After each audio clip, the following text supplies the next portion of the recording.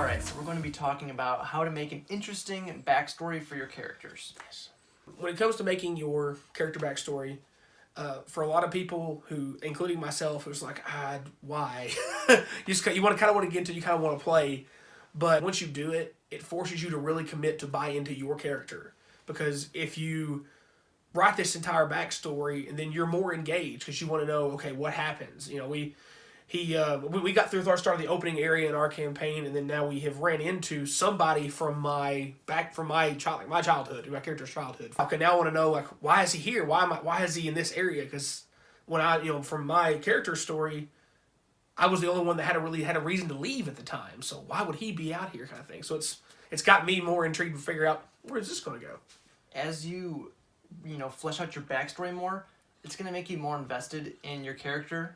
So when your character is in danger, you actually care. Yeah, you're like okay. If you spend all this time making your character and why they're acting a certain way and how they developed and memories and things like this, it's gonna make everything just more engaging. It's gonna make you more invested in the story and care actually. Because if you're just gonna make a character, you just write up a character sheet and you're like, all right, let's go, and your guy dies, you're like, whatever, I just make another one. Yeah. But if you take time and put an effort in. And it not only will make your character more interesting, it'll make the whole world you're playing in more interesting, but it'll also make, combat and stories and everything more engaging as well. Yep. To start off making an interesting story, I like to start off with your origin. Like how you want to know, where did your character come from?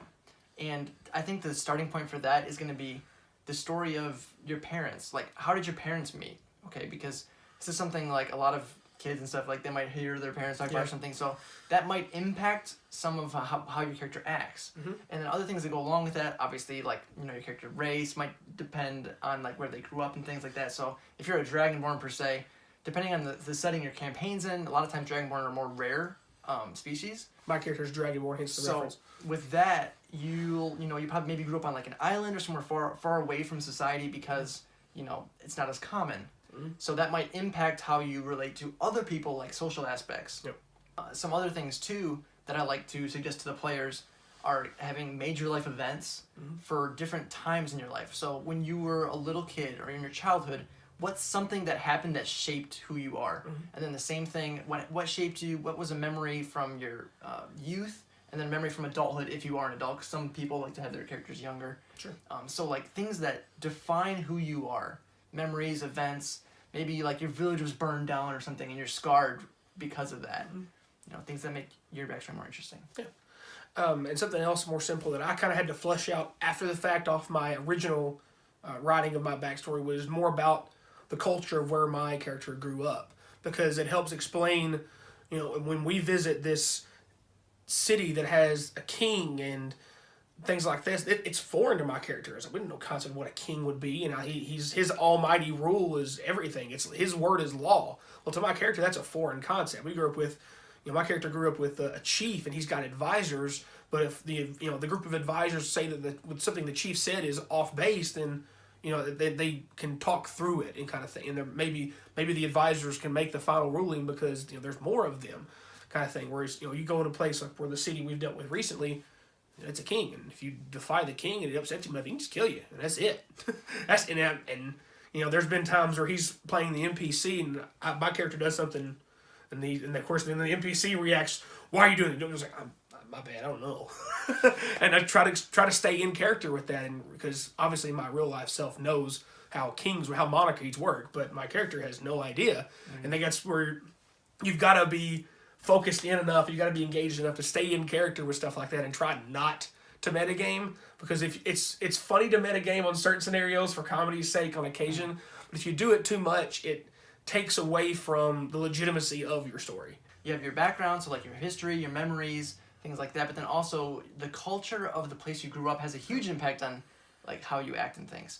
So, what is the general populace of where you're from? Is it all Dragonborn? Is it a half elf society, or is it full elf, everyone there is elf, or what's the breakdown? Because how that might be is if you grew up in an area where it's all elven and you go and see other races, you're kind of shocked because you're not used to seeing all these different races and things. So some of that stuff is something to consider. what are like some points of interest? Is there like a temple to a certain god or goddess? Is there, you know, like a certain landmark? Is there like a big Ben kind of clock thing? Right. Is there, you know, an oasis? Are you out in the desert? Like, what are some key things that, like, if the group was to go to your town, what would it be like? What would be the places that, if like you had friends, like, let's go check out this place because I had like some memories from this. Right. So think about that stuff. It'll make a big difference in your storytelling. Also, you kind of mentioned too with like the leadership. What is the leadership of your home? Is it a monarchy? Is it, you know, just free reign? Is it like ruled by by military? You know, what kind of leadership is in your town, and then what is the penalty for crime? Right. Like, are you exiled from the community? Are you executed? Are you like forced into, you know, work slavery where you have to like pay off your, you know, sins for, you know, crimes or whatever? Sure. So that is gonna make a huge difference too, because when you're traveling to a new area, depending on how severe the crime was from where you're from, you might be more hesitant to like bend rules. Right. Because you might be thinking, if I steal this apple, I'm gonna get executed. Yeah, I'm gonna lose it in my hand. They're gonna cut my hand off. But they might just say like, "Hey, man, like, pay for that." Yeah, just pay for it. So they might not. So some places it might not be a big deal. Other places it's like you're dead if you mess up at all. Right. So that'll make a huge difference on your backstory as well. You said the race thing. There's been a couple of times because with my character, I mentioned in the story that it's an all Dragonborn island where my character came from, but we've had some interactions with some humans and a dwarven colony that's just on the mainland closest to where our island is, like a marketplace we would trade with them. But all the other races I have never seen. So I mean, you know, Dragonborns are a very tall race in 5th edition in comparison to most of the other things, with really only I think maybe Furbolgs and Goliaths as far as the canon, you know, the in canon races that are maybe bigger than what Dragonborns are. So we came across a couple of like halflings and gnomes. I like just said, "Man, you're short," kind of thing. And of course he immediately reacts like, "What do you mean?" It's like, "I'm not trying to be offensive or anything. I'm not trying to bother you. It's just like, you're short. I've never seen anything like that. It's weird." It's like, don't make me knee you in the head, but I walk by you. Kind of thing. So like I said, you gotta stay in your character, because like my character wouldn't know what a halfling or a gnome is. It was like, you think it's a kid, and the kid turns around and he's got a beard and no hair. Like, the fart just happened. What's wrong with this kid? And then the other thing too is once you have your, you know, your history, your background, your hometown where you're from, think about what is your character like. And the reason I don't start with this is because some of these events and memories in your home might impact your personality. They will shape a lot of the decisions you make. It'll help if you do those things first. But think of things like what drives you. Like what is your motivations? What do you see? How do you see right and wrong? Is it like a gray area? Is there a clear right and clear wrong? How you look at morality and things like that as a character will impact a lot of the decisions you make. Right. Like if you're chaotic, neutral, you mostly just care about yourself. You're just gonna kind of do whatever you think is gonna, you know, benefit you or your group or whatever. Whereas if you're, you know, lawful good paladin, where you're, you know, upholding the law, like we cannot disobey this, we have to take care of these things, whatever. It's gonna make a huge difference, and it'll help you understand a little bit more how the alignment system works, which maybe we'll go into that in more detail as well. Sure. But then looking at, is your character like an optimist or pessimist? No. Are they positive or negative? When they see a situation, are they, you know, worried, or are they, you know, confident? That's going to make a big difference as well when you get into tough situations and things. What do you do in your spare time? Do you tinker with stuff? Do you like to sleep? What are some things? And when you think about this, think about what you wrote here when you're between like in short rests and long rests and stuff.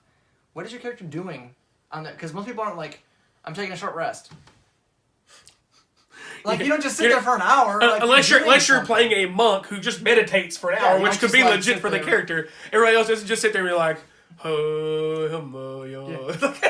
It's not how it works. You do other stuff. Sometimes, like, taking short rests and stuff, it just becomes like a mechanic. Right. And I think that is a hugely missed opportunity for role playing. Yeah. If you take those little moments there between, like while you're traveling even, and you know, while we're walking or riding horseback or whatever to this place, I'm, you know, trying to read or, you know, tinker with some gadgets or something. Yeah.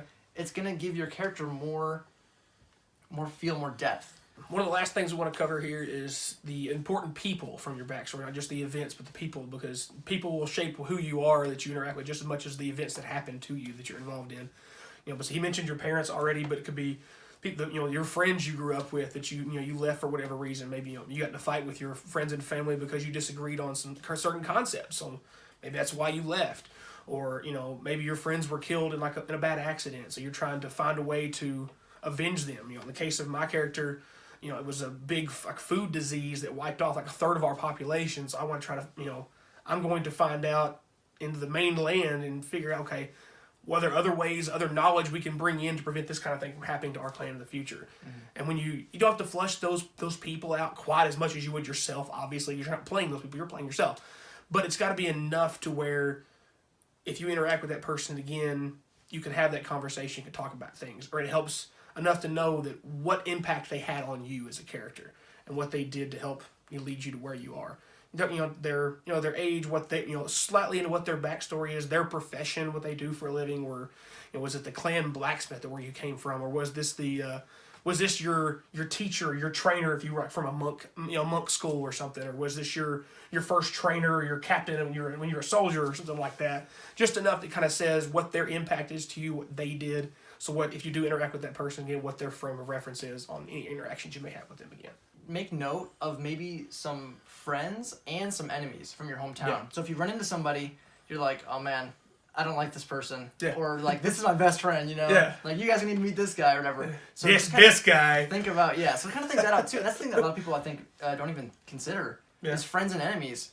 And even like your family dynamic. Is your family hostile to you? Are you hostile towards your family? Mm-hmm. Do your parents get along? Do you even have parents? Like, stuff like that. It's really important. Well, guys, there's just some ideas we have for helping create the best character background you have to help develop yourself. It may seem like an unnecessary task, but I promise if you do it, you really commit to it, it will benefit you so much in the long run. Not just benefit you, everybody in your party does it, commits to it. It benefits everyone because it gives everybody more depth in your combat, in your social interactions, your adventuring, everything. Yep. So if you guys like the video, please subscribe to our channel, like the video, and we'll keep these coming. Thanks, guys.